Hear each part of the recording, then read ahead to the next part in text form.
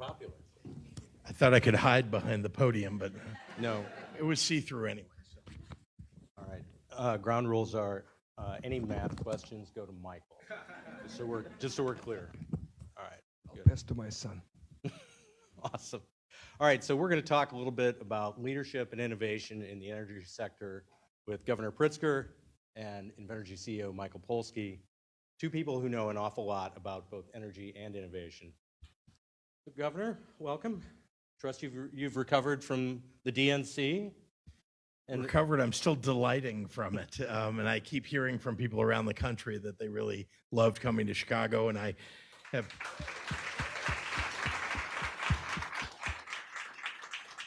And speaking of climate, I've been trying to convince them all that it's 72 degrees all year round in Illinois. They've got to move here before November, I guess, in order for me to seem like it was... And you were responsible for the weather? Or was that Michael? I like to say that anything that's unexpectedly great that happens, at least in my life, is usually because of my wife. Awesome. So, all right, so she gets to So I credit her. I'm not sure if she did it, but I'm going to credit her. It was phenomenal. One of the most pleasant mid to late August weeks in Chicago that you will ever see, and no rain anywhere. That was impressive. Quite a feat. Yeah. Yeah. Well, that's Democrats. Yeah. I mean that may have been that was more impressive actually than John Legend. So kudos to you. And I take it that you are very happy to be just attending this event and not hosting it. Yeah, although I did threaten during the Democratic National Convention that we should host it again in 4 years. And of course, my staff and everybody else around me was like, no, please, let's not do that. I saw someone giving Christy George oxygen when you said that. All right. So, Michael, I want to start with you. It seems like we have just way more resources, both public and private, focused on energy, especially alternative energy, than ever before. And so you've spent your whole career in this space. Do you think that's true? I mean, are we at sort of a unique time in terms of the amount of money and attention focused on that space? Yeah. Do you hear me? Yeah. So what I'm telling people, I've been in my own business, in electricity production business, developing power plants since 1985, before a lot of people here were born probably. And I said, we never built power plants because we needed electricity. We built power plants because we want to displace coal, or we had a little bit more efficient, we could save money, we could have the renewables, have a cleaner way of producing electricity. This is first time in my career, since '85, we need power plant because we need electricity. That's the first time. This is a phenomenon, and I want to tell it in front of everybody. This is a unique times. I used to approach utilities, and you know what I heard from them? We don't need electricity. Oh yeah, it's because of you got this tax credits. It's because because you want to do something here, because you want to make money on me, kind of. But now we truly need electricity. One more thing I would like to add. This is not in response to your question, and government is not unprepared remark for me. Energy is a very policy-driven area. Energy doesn't happen just because I want to do it and make sense. You got to have policy, you have leadership. And I want to, and again, thank Governor for the leadership. It has to start from the top. Energy does not start from the bottom flowing up. It has to start from the top, and the bottom executes. But it cannot go and sort of be self-policy created and self-executed from the bottom. It will never happen. That's government. I don't want to be light on you. I want to put more weight on your shoulders, but leadership is the key, and thank you for your leadership.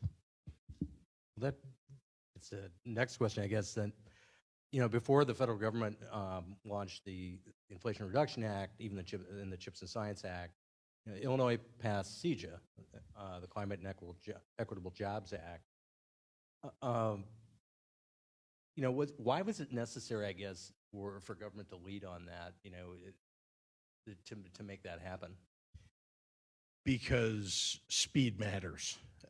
For when we're talking about both energy production as well as the climate action that's necessary, we have to move as quickly as humanly possible.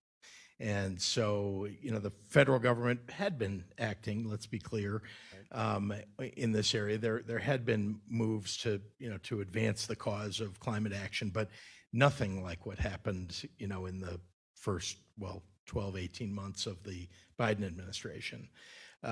So meanwhile, we in Illinois needed to move faster than they were moving. And he was looking to get, bipartisan support in Washington. And we too wanted bipartisan support and did get bipartisan support on CEJA. In fact, I see a state senator, a Republican state senator, Sue Rezin, who's here, who was involved in the negotiations, cares deeply about this subject. So having said that, we in Illinois were able to move faster. It was important to us because, as far as I'm concerned, we want to be the state that continues to be a net exporter of electricity, to be a massive producer of clean energy, but that wasn't going to happen unless we started as soon as humanly possible. So why we didn't start a lot earlier? There was, before CEJA, there was something called FEJA, right, which I think is now the subject of a criminal prosecution that may take place. Soon to a courtroom. Yeah, that happened before I became governor, to be clear, and I'm not sure, maybe not before Senator Rezin became a senator, but it had nothing to do with her. But this is just that happened before. When we came to it, actually, we very conscious of the fact that we needed to make sure that the wrongdoing that occurred before by the utilities as well as by individual legislators wasn't going to occur with the development of CEJA. So I guess in conclusion, CEJA allowed us to kind of orient the development of clean energy and continue the massive expansion that we needed in solar and wind in the state. And then, there's been other action since then, and there will need to be other action that we take over the next year or two in order to make sure that we're continuing on the trajectory, because we have two competing things happening. We need more electricity, and we need to make sure that it's climate friendly. And those are both hard to do at the same time. Well, to your point about being hard to do and not inexpensive to do, I think the Tribune argued this morning that the pace of that change could end up resulting in in higher costs to consumers, because as you start to take offline some of the existing fossil fuel powered plants, when it comes to peak energy production, that you don't have a lot of options, and that means the price of that energy goes up. What's your take on that? Is that deadline coming up too fast, and should we rethink that deadline? First of all, we have to be a massive producer of electricity in the state. So that's like, goal number one, that. And as we're expanding the amount of electricity, like I said, it has to be climate friendly, whatever we are doing. Now, the arguments that were made, and I don't want to go through all of the things that were in that editorial, some accurate, some less accurate. All I can say is that I think the headline idea, not the actual headline, but the headline idea of that editorial is accurate, that we need to do more. And I think that, I'm pointing to my right because I think Michael, not only has an economic incentive, personal economic incentive to do, he's also right. And so we need to, to make sure that this conversation is not a one-time thing that happened in 21 and 22 and 23 and 24, but actually every moment that we have an opportunity to address it, we should be trying to do that. And again, I want to point to Senator Rezin, who's here, not to pick on her, but actually to elevate her profile about this, because she started out, as did I, last 2 years, year and a half ago, trying to lift the nuclear moratorium that we had in place in Illinois, the development of nuclear energy.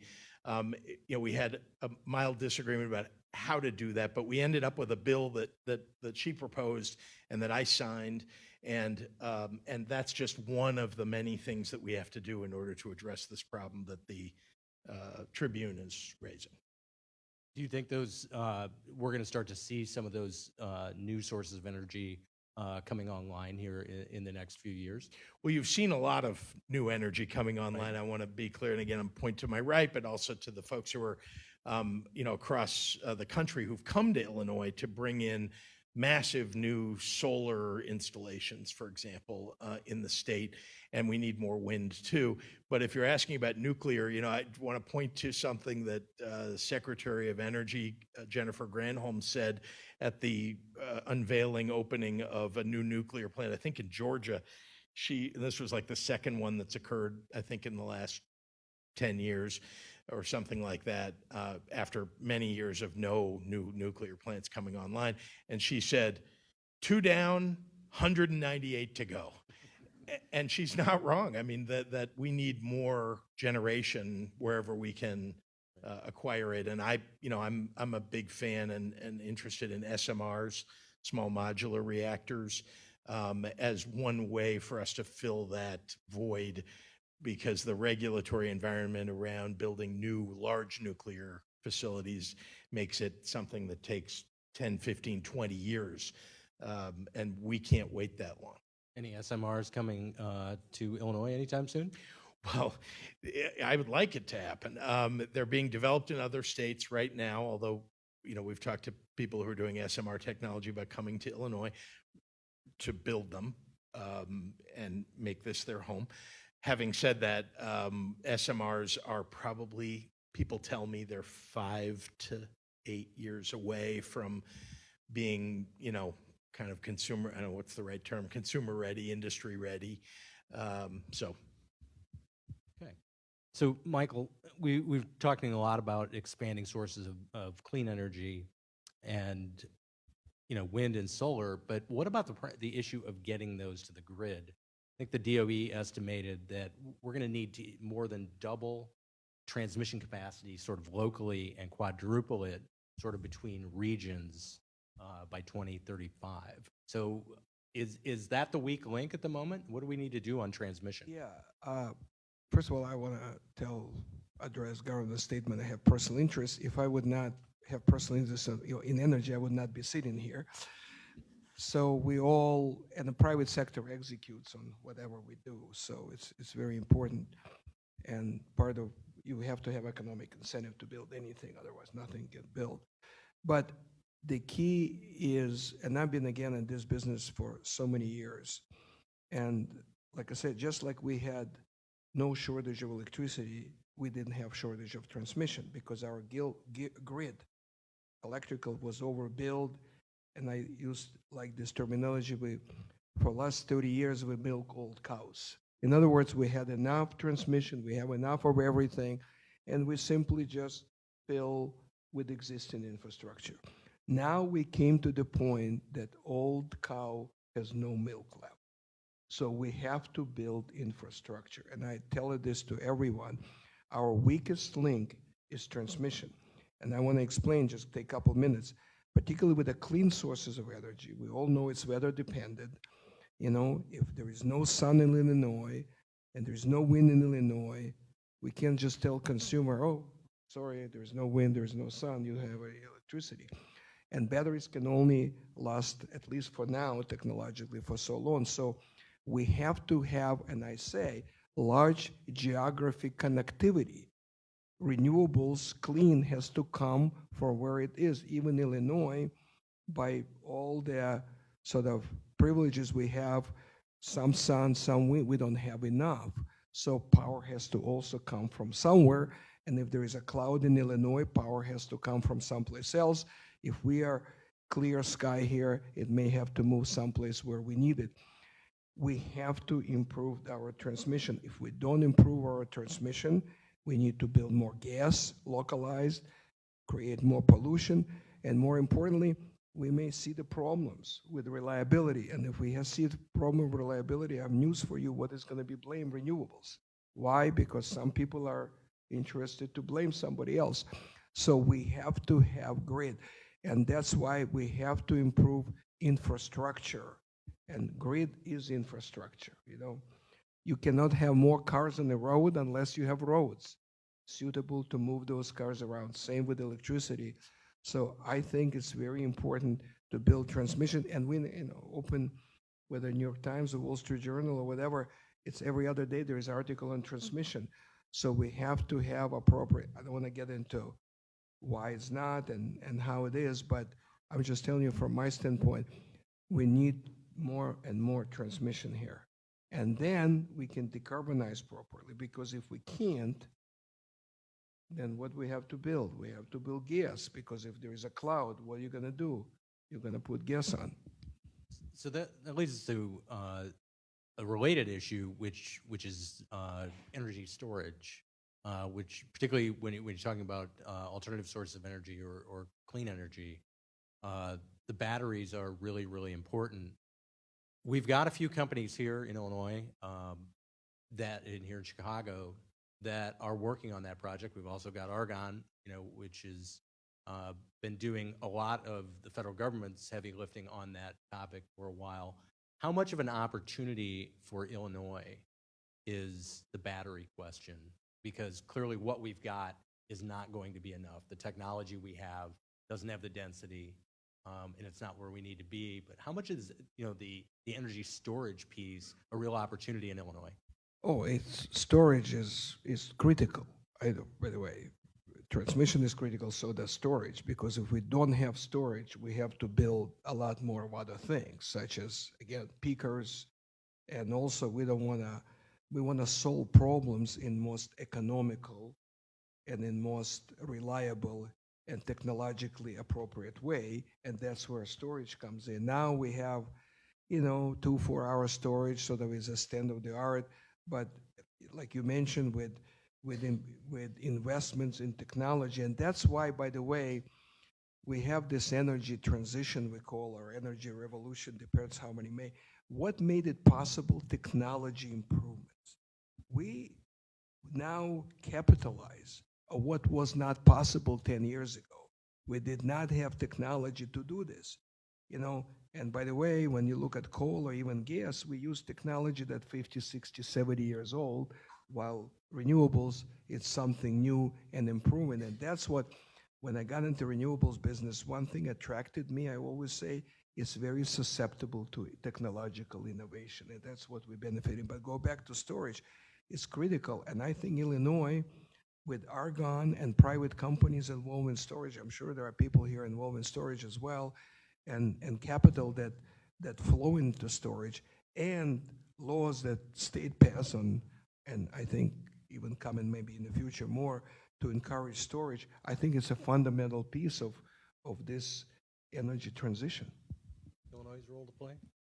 I want to point out that each of the things that Michael has said, and he talked about transmission and then storage, and said both are vital. He's right. And actually, before we were coming on stage, we started to talk about a few of these things, and I think we all believe that you can't just do one of these things. I mean, there just are too many opportunities for us to get this right. If we go after all of it, we can't limit, because the need is so great.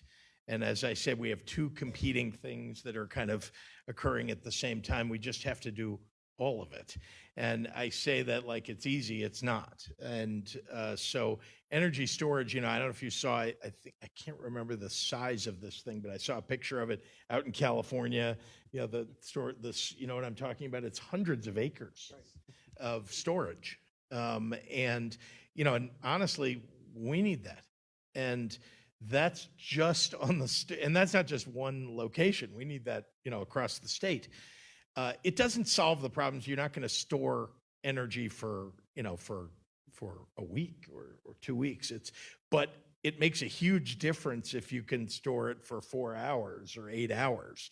And that battery technology is getting better and better and better. So I'm just pointing out that we really have to go after each one of these things. And the state is a facilitator. I wasn't pointing at the self-interest of Michael to denigrate it. In fact, I really believe that what we need to be doing is incentivizing innovation, incentivizing private investment. The state can't do all of this, or really most of it we can't do. What we can do is facilitate it, make it easier, incentivize it, and promote it.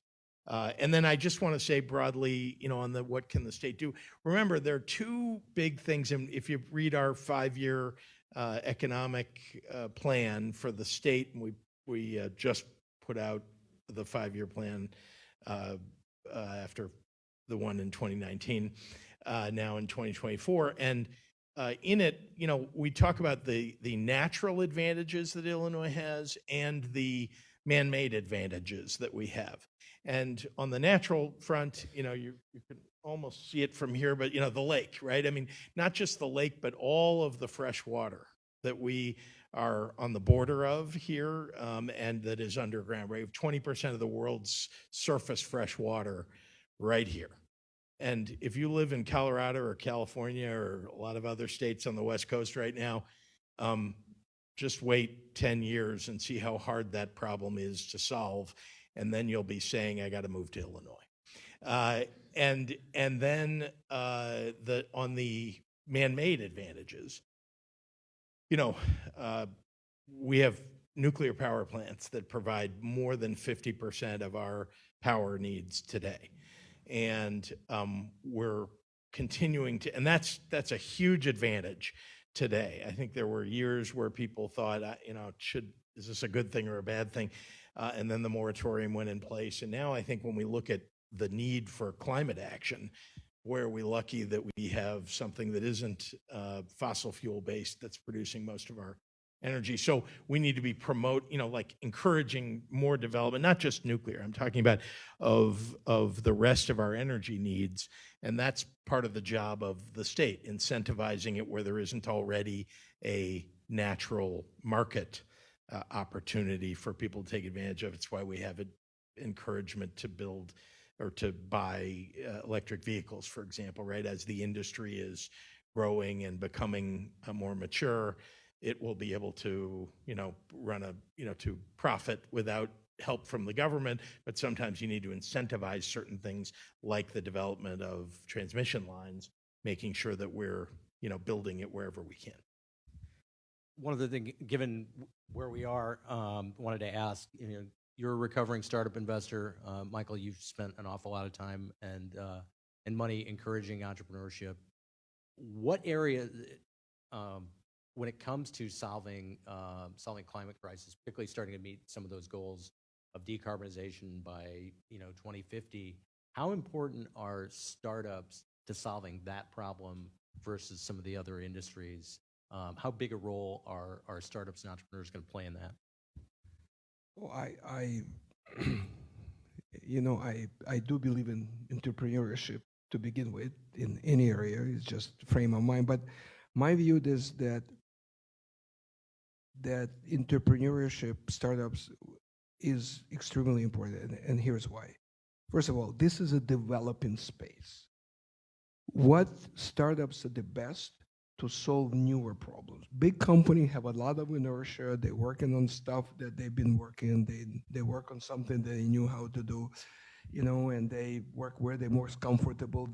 Generally, it's very hard for them to pivot. So that's where the new people coming in. If you look at the battery space, a lot of driven by the new company, a lot of digital solutions that help, power plants to operate better, are driven by entrepreneurial company. The solar siting solutions are driven by entrepreneurs. So I think this whole energy transition space, I think is entrepreneurial driven as a high tech. People may not see, may not realize, and maybe not as flashy and as well publicized, and we don't have Googles and Metas of the world in this space, but it is driven a lot by the entrepreneur. We have our own fund called Energize that invest in digital technologies. It's all about entrepreneurship. There's another conference going on a few blocks away from here. So it's crucial. And a lot of young people ask me what I have to do and what in energy. The only thing I want to warn, it's not an easier space. I mentioned a lot of government interference, a lot of infrastructure work that takes time and effort, and it's not as quick, sort of from idea to implementation but it's very important. And what's important is for the state of Illinois leadership here, because the more state open to new solution and have new ideas, and government says, welcome, provide private industry opportunity to implement their idea, they all will be here because they want to be where they can invent something or come with ideas and then implement their idea, not move to California, but do it here. Okay, I know we're running short on time, but I want to get your thoughts on that as well. On entrepreneurship and innovation, and the opportunity for the private sector to play a role. How Yeah. crucial it is to this problem versus maybe some of the other things is. So some of this problem, I mean, it's like a lot of things, but some of this problem is government needs to get out of the way. Mhm.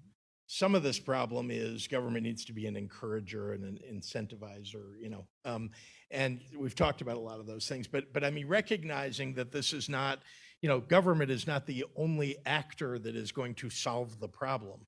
We need to be a planner for sure, and then we need to figure out how do we incentivize entrepreneurs, the development of the use of the technology, and then we shouldn't be incentivizing forever.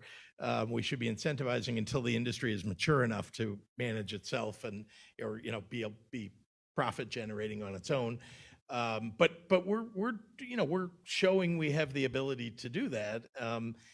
We've attracted, I mean, it's not an energy creator, but think about Rivian. Rivian came here before I became governor, which is terrific. Startup company, hadn't really developed or hadn't rolled off the line its first, retail product. But it's clear that, they came to a point where they were going to grow, the opportunity for them to grow existed, and the state needed to be a partner in helping them get there. Eventually, I'm hoping that they will be, the size of Tesla, or at least a major motor vehicle manufacturer. But we have to think about all of the different ways in which we play a role. Transmission is a hugely important one. How we get over some of the concerns that these are not less my concerns than they are. I mean, they're my concerns because I'm governor. They're less, like a personal concern than they are a concern for, the farmers and others who are, who don't want transmission lines to run across their property. And so what role is that, should that play in something that's strategically important to the state? That's all something the legislature and, those of us in elected office, and frankly, those of you who have an opinion about it should express. And so I we have a long way to go, but I just want to, point out that this is not one of these questions of, should the governments completely step aside and let the private sector figure it out, or the opposite of that, government should lead the way and do it all and not worry about private cap. I mean, those are not like two actual options here. They have all the cap. I'm pointing at the private sector. All the capital that's really necessary is in the private sector. My job, I think about the development of our economy in the state of Illinois. And if we don't get this right about energy in the state, the future of our state will be awful. And I think we've done a lot to change the trajectory for Illinois over the last number of years. I mean, we needed to fix our fiscal situation. It's not all fixed, but a lot better than it was. We needed to make certain kinds of investments and bring back industry into Illinois. We needed to, lower certain taxes to make sure that they were, being competitive, and so on. And so we've done some of that, but there's a whole ton more to do. And when we talk about the energy transition, we need to, like I said, it's a combo of incentivize, encourage, and get out of the way. Well, thank you guys very much for a great conversation. We'll leave it there. Thank you.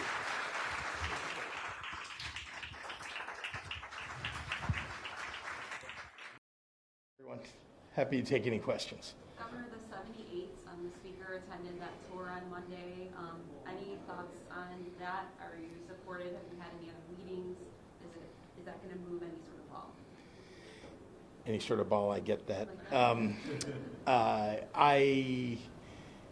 When you say moving the ball, you mean Springfield providing money to Supporting it in any way? yeah.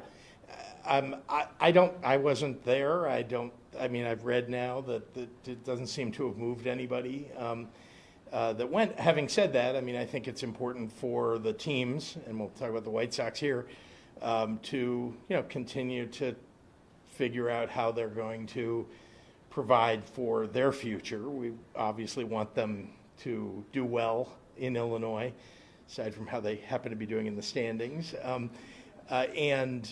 So I don't think anything changed as a result of that. I haven't seen any real effort that would tell me that in the veto session it's going to be taken up in any way. I haven't seen a plan that would allow that. Were you invited to it, the Monday thing? I think I might have been invited to it, but honestly, sometimes invitations get rejected because I already have things on my calendar. So I think they probably did invite me, but if I could have attended, I might have, even though I'm a Cubs fan. But it would have been, I want to make sure that, I see a couple of people who don't like that fact. Anyway, so we want Illinois businesses to do well. This is a privately owned business in Illinois. And so, if I can find some way to assist, great. But right now there's no building any new stadiums on the horizon. On that same note on the 78. Yeah. Are you still, because one time you spoke about the Bears, the Red Stars, and the White Sox all, let's do it together. Is that still the thinking? It's not so much that that I was insisting that they do it together. It's more like we have to consider all three of the teams' needs. And let's throw the fire in. You've seen Joe Mansueto, who's been quieter. I think he's interested in making sure the Red Stars, are a leading recipient and so on. But the fire, I'm not all about they have to go figure out what they're going to propose exactly. But I do think they need to recognize that we have a limited opportunity to help people build stadiums. There is the ISFA that exists and the hotel tax that supports that. There's a limited opportunity to help those stadium builds, but to come at us in a serial fashion, one after another, makes it a little bit hard. If they at least have figured out amongst themselves what they're going to ask for that is within the capability of the city and the state, that's helpful. But I want to say there is not any movement on this. So I know I get asked about this. I don't know, you guys ask about 6 times a month, maybe more, and nothing has changed as far as I'm concerned, other than, they've asked to show us something or meet with us, various teams. So, Governor, one thing Speaker Welch did say is that it doesn't look like the transit funding issue, which faces a fiscal cliff and a deficit of more than $730 million for Chicago area transit systems. It will not be addressed in veto session, Speaker Welch indicated yesterday.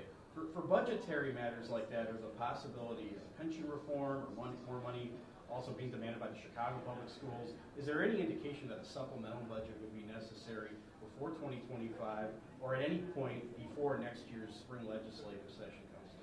I don't think so. When you say a supplemental, that's what you're asking about. I don't think so. All of those are needs that people have expressed. I want to say that you're identifying a problem that occurs every year. Everybody wants more and more and more, and there are needs to fill. So I don't see any interim endeavor around that. Is there anything on your agenda going into veto session or before the new General Assembly is set into place that you think is pressing enough that needs attention before then? Nothing that comes, is off the top of my head. I mean, we have some long-term needs that need to be addressed. I mean, I think that there are aspects of pension reform. You heard me propose some last last session, last spring, which we haven't gotten to yet. And so I think, but whether that would occur in January or before a full session and before May, I'm not sure. Yeah, so Governor, Yeah, so sorry, let me. we're right here here. for Climate Week. Yes, thank you. With Illinois being a leader in renewable energy, what specific steps is your administration taking to ensure that underserved communities have equitable access to jobs and training opportunities? So as you know, the word equitable isn't just there for show in the name of the Climate and Equitable Jobs Act.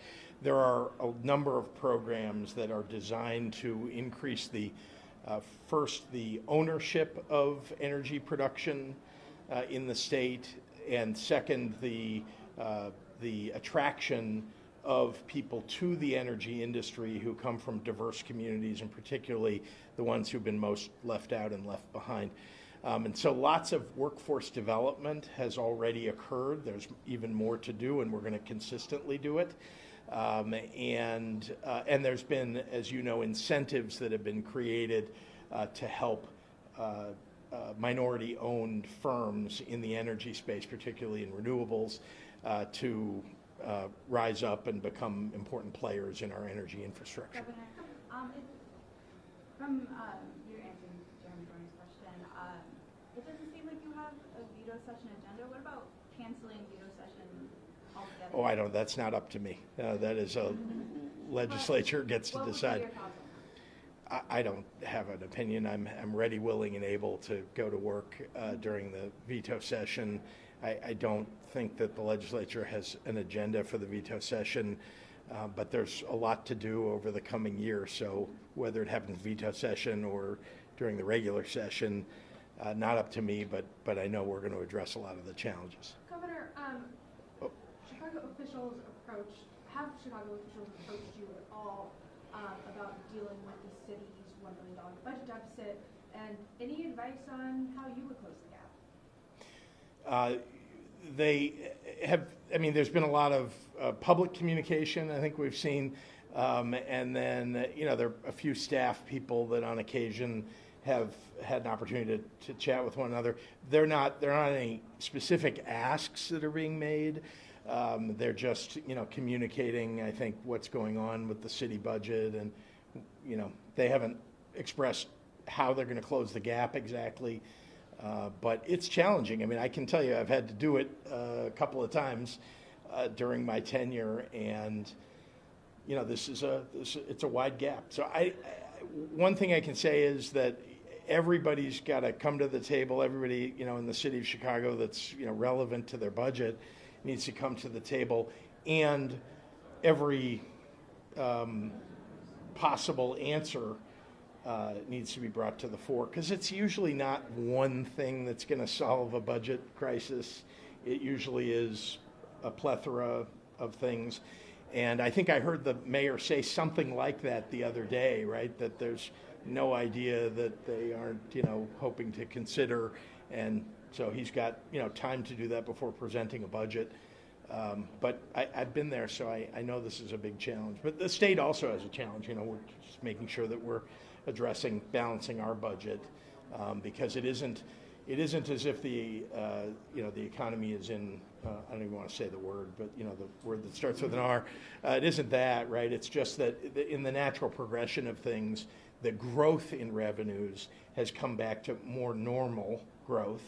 And so with all the needs that still exist in Illinois that could be addressed in a budget, there's only certain things we can do, and so we have to say no to some people along the way as they come to Springfield with their hands out. We'll do the last one here. Yeah. According to the Illinois Power Agency numbers that I'm looking at, Illinois is behind in meeting its renewable energy goals under CEJA. Specifically, we have a renewable energy goal of at least 21% of retail electricity from renewable energy by 23 to 24, and we're only getting about 7%, so a big difference. Do you have a concern about that? Well, I think you're looking at the wrong data.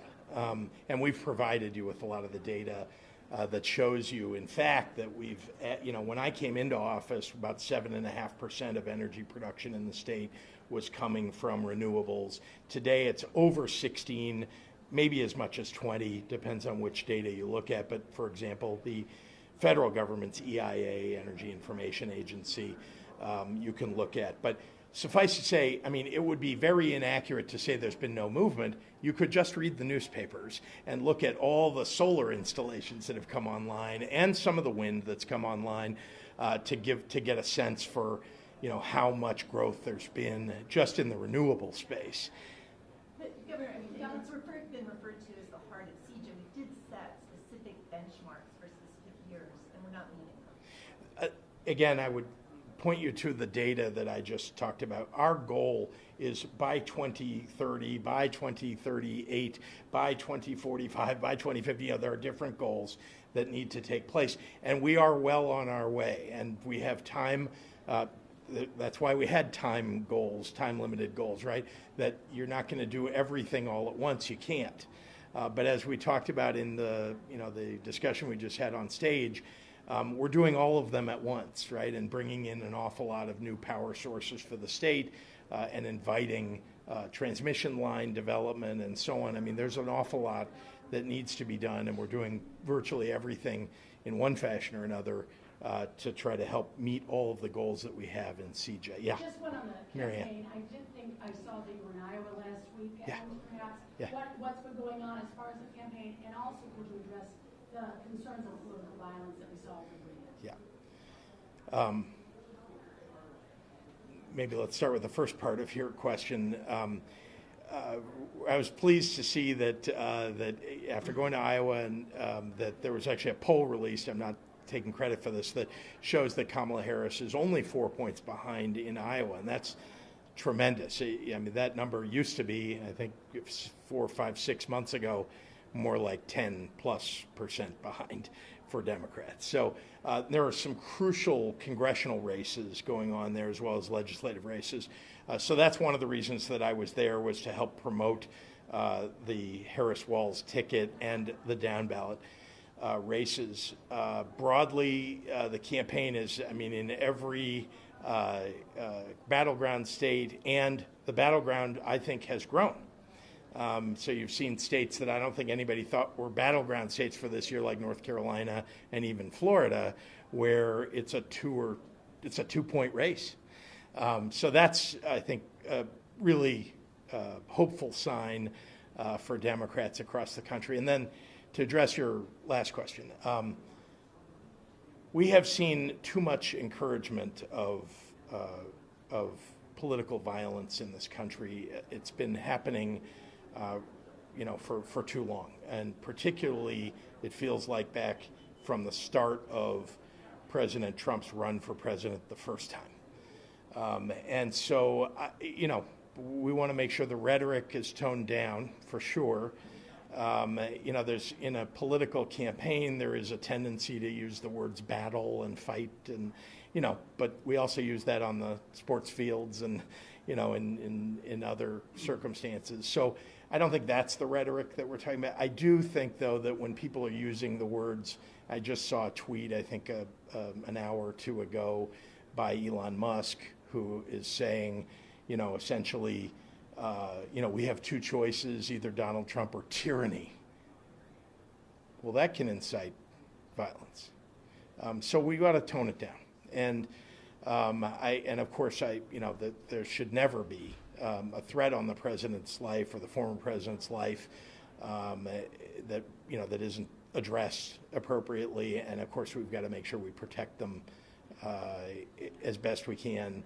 I say we, I'm talking about the government and the Secret Service and local police. All right, thanks, everybody. We got to go. Governor, you mentioned that the Tribune editorial got some things wrong. What were those things?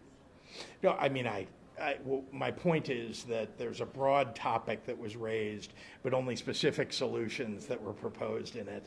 And so that's all. I think there were things missing from the presentation of that editorial. The broad topic is we need more electricity production in the state, period, end of sentence. And as I said just a few minutes ago, I agree, and we should be going after that, and we are. There's never a moment that we're not talking about electricity production as well as climate action in the context of that in the state of Illinois. All right, thanks, folks. Thank